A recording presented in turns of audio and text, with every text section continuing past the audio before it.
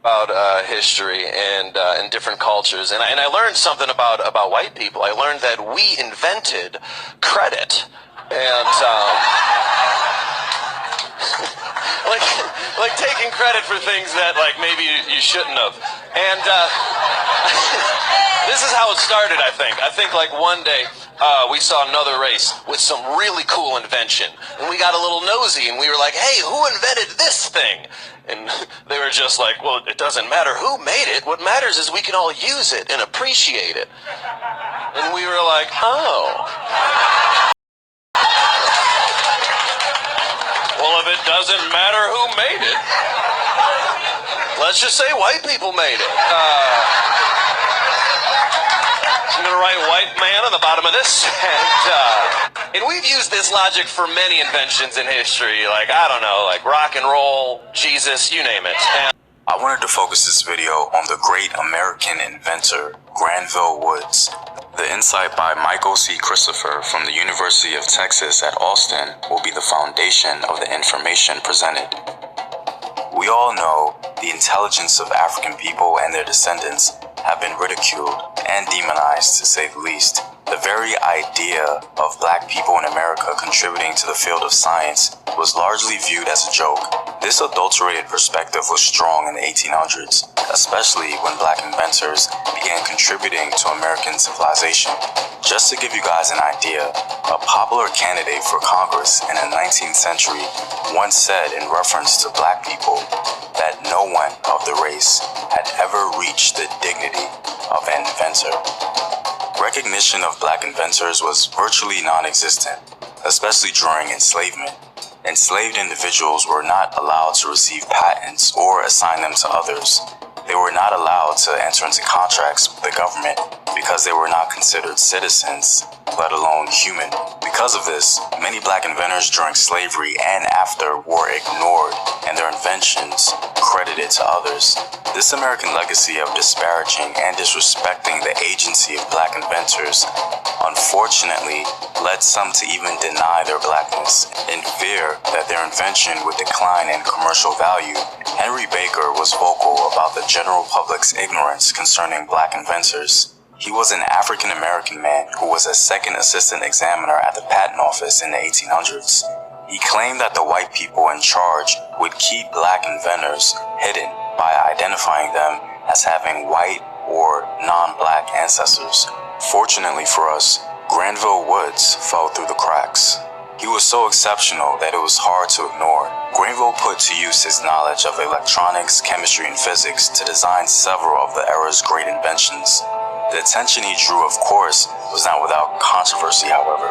Due to the extensive racism and denial of black intellect, the Cosmopolitan magazine reported that Woods' maternal grandfather was a Malay Indian, and that his other grandparents were Australian Aborigines, anything to deny his Africanness.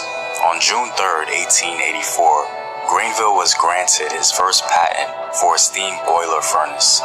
Woods created devices that involved the conversion of electricity into useful and economic functions. He created an incubator that was described as the forerunner of present machines, capable of hatching 50,000 eggs at a time. He also patented many transmission devices from telephones to telegraphs. Granville contributed to the area of circuit designs and the generation of electricity. His knowledge of chemistry allowed him to invent the galvanic battery, a battery that produced electricity through chemical reactions. During his lifetime, he patented about 50 inventions and devices, many of them related to electric railways, which gave him the most recognition and praise.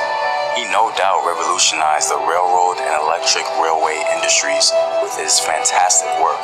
His development of the so-called third rail used in electric railways increased the safety of the nation's entire system. His most contested invention at the time came to be known as the induction telegraph system. The device was designed for the purpose of averting accidents by keeping each train informed of the whereabouts of the one immediately ahead or following it, in communicating with the stations from moving trains, and in promoting general social and commercial intercourse. Before Granville's invention, trains apparently had little to no assistance in locating the whereabouts of other trains, so accidents would happen frequently. This invention certainly got attention, and once he made his move to market the product through his company, he was challenged in 2 court cases by Thomas Edison, who claimed rights to the induction telegraph. In both court cases, Granville beat Thomas Edison and was recognized by the U.S. Patent Office as the inventor. This event can be seen as a blessing and a curse, because although he received high praise and generated wealth, he was not able to compete economically in the long run. The duality of 19th century racism and legitimate corporate competition funded by centuries of slave money rendered Granville and other black inventors unable to keep up, and so he found it better to sell his inventions to larger white-owned corporations. White society, possessing the ability to control the inventions created by black men, also possessed the power to control the potential of the inventors themselves. Woods and other black inventors were allowed to contribute to society as inventors, but not as businessmen. By minimizing the black inventors' participation in the American corporate system, white society was able to control the growth of the black companies concerned with technology. Despite being a victim of his time, Granville Woods is an excellent testament to black intellect, and his name deserves to be remembered amongst our children. I'd like to think we can learn from the story of Granville, even though, as mentioned before, his time did not allow him to shine in the way he should have. I also think we have less roadblocks on our journey to ownership today. Just something to keep in mind. Well, I'm all out, guys. If you like these videos, I'm gonna help. Shalom. First and foremost, I want to give all honor, praise, and glory to Yahweh, Bahashem, Yahweh Shai, Bahashem Rakakodash. Double honor to the apostles and elders of Great Millstone and rule well. Peace and salutation to the hopeful elect, pushing the true doctrine across the 4 winds of the earth in all truth and in sincerity. I'm Lamar Dariyah from the Mississippi Camp. Lord willing, this be an edifying lesson. And this lesson is just going into black inventors. And the paper we're reading off of is what you can see right here on the screen. And man, Jake has invented a lot of things, man, which he doesn't receive credit for. And I'm not gonna make this long, you know, it's just a video or a topic I've been wanting to go into for a while now, and the spirit got on me to go ahead and do it. But I just want to bring out some of the things that Jake done invented, you know, and that's used daily, but Jake gets no credit for it. For example, you know, you have the stethoscope, you know, which is used in the hospitals daily, you know, invented by Jake. You know, as well as the clothing dryer, which it was invented by George T. Sampson, June the 7th, 1892.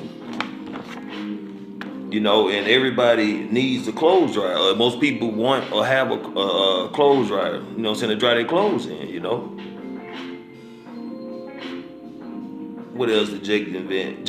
Well, there was an Israelite woman and created the ironing board named Sarah Boone, April 26, 1892. What else we got here? Automatic transmission, the gear shift, you know, the one that's in the floor. Jake created that. His name was Richard B. Spikes, invented in December the 6th, 1932. Then you have Powell Johnson, who invented eye protector, safety glasses, November the 2nd, 1880. Man, Jake just invented a lot of things, man. Of course, we all know about the wrench, what Jake created, the boxer, and they, you know, mocked him, called it the monkey wrench. John Arthur Johnson, who created the wrench on April the 18th, 1922. Shit, Jake created the breathing device, gas mask. Garrett A. Morgan, October the 13th, 1914. Lasting shoemaking machine. The shoemaking machine made by Jane Ernest Matzeliger. One of the other, so I can pronounce it wrong.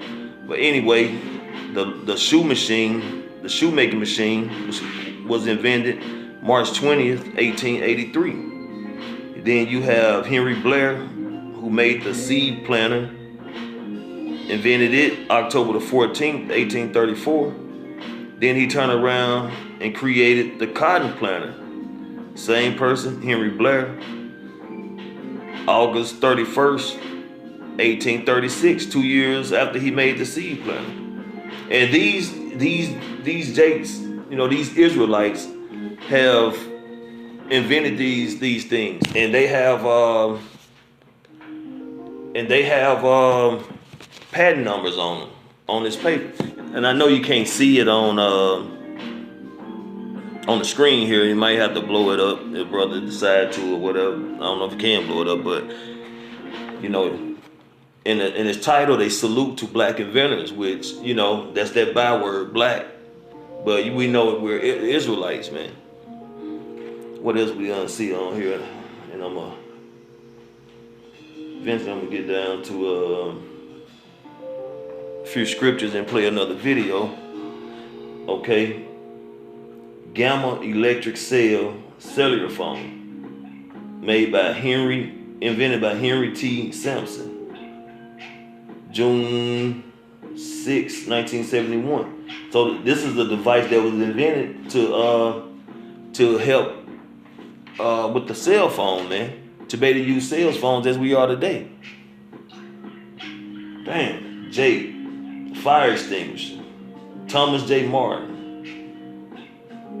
March 26, 1872. The fire extinguisher, man. Because of this invention by Jake, a lot of lives have been saved behind it. A lot of homes been saved behind it. And I'm pretty sure that within the fire department or whatever, they use this patent to come up with other things, man, to prevent or put out fires, man. Let's see what else Jake done created on here. Phonograph. Joseph Hunter Dickerson, January the 8th, 1918. The cone was created by Walter H. Simons, December 21st, 1920. The brush was created by Lyda D. Newman, November 15th, 1892. Where is it at? It's another one.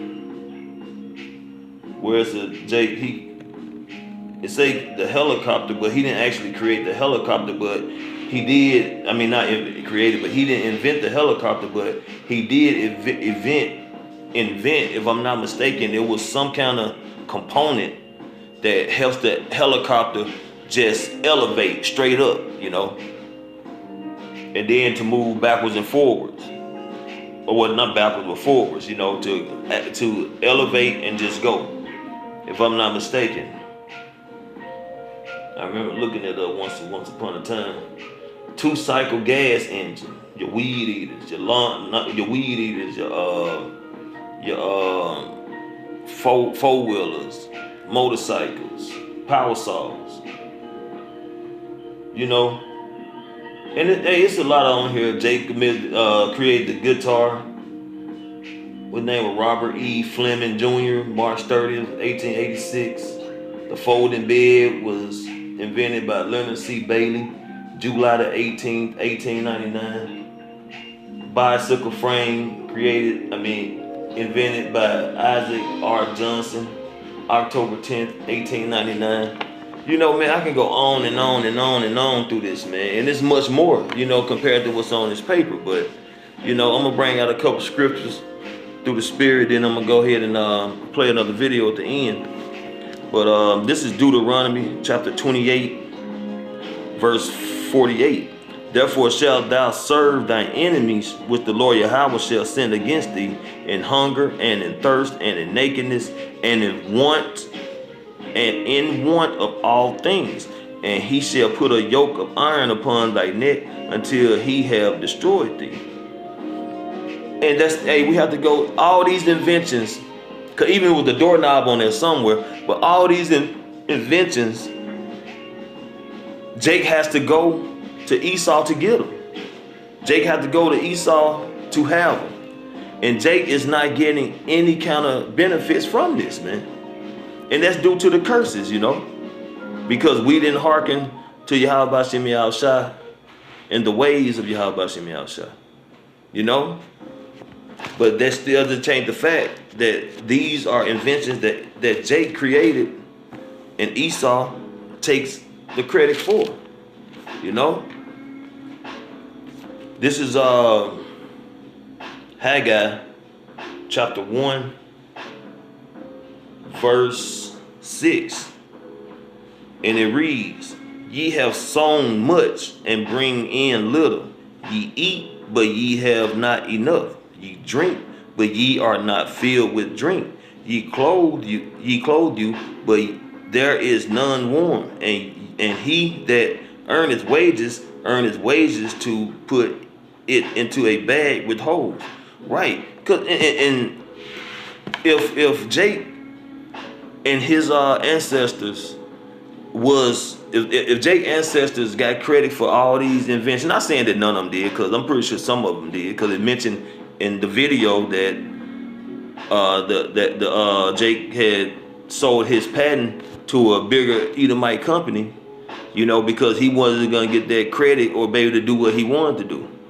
But at the end of the day, if Jake, our people receive the funds and the credit for all these different inventions, you know, Jake will be a lot better off, because some of these individuals are our, you know, brothers, sisters, grandparents, mother, father, you know, auntie, uncle, you know, and this is, and this could be just as Esau was, as far as passing money down from generation to generation to generation, from beginning with slavery.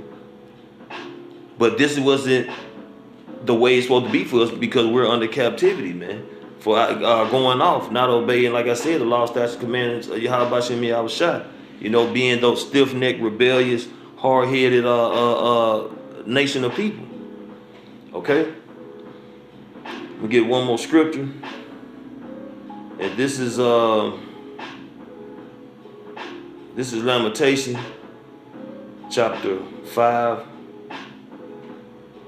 verse 4, and it reads, we have drunken our water for money, our wood is sold unto us. And this is just the same, you know. Everything that Jake has created, Salaki, not created, but everything Jake has invented, he has to go to Esau to purchase it, or to get it to use, or rent it, you know. But that's going to our enemy for the one of all things, man, because of our disobedience. But all that's gonna come to an end, you know. All that's gonna come to the end, you know, because the Lord had reserved a remnant, his elect, 144,000, who's preaching this gospel, you know, going out on the highways and byways, teaching this truth, man. Hey, and when the Lord Yahushua, our big brother, come back, hey, a righteous kingdom gonna be set up. Esau is gonna be broken down, and the laws, statutes, commandments are gonna be put in our inward parts, as well as 2/3 of our people once they come back in the kingdom of heaven through the loins of the elect, and we're gonna be in our rightful place, man. Heirs with Yahweh Bashem Yahushua, heirs with Yahweh Shai, man, in the kingdom of heaven. So I'm gonna play another quick video, and Lord willing, brothers are edified. Shalom.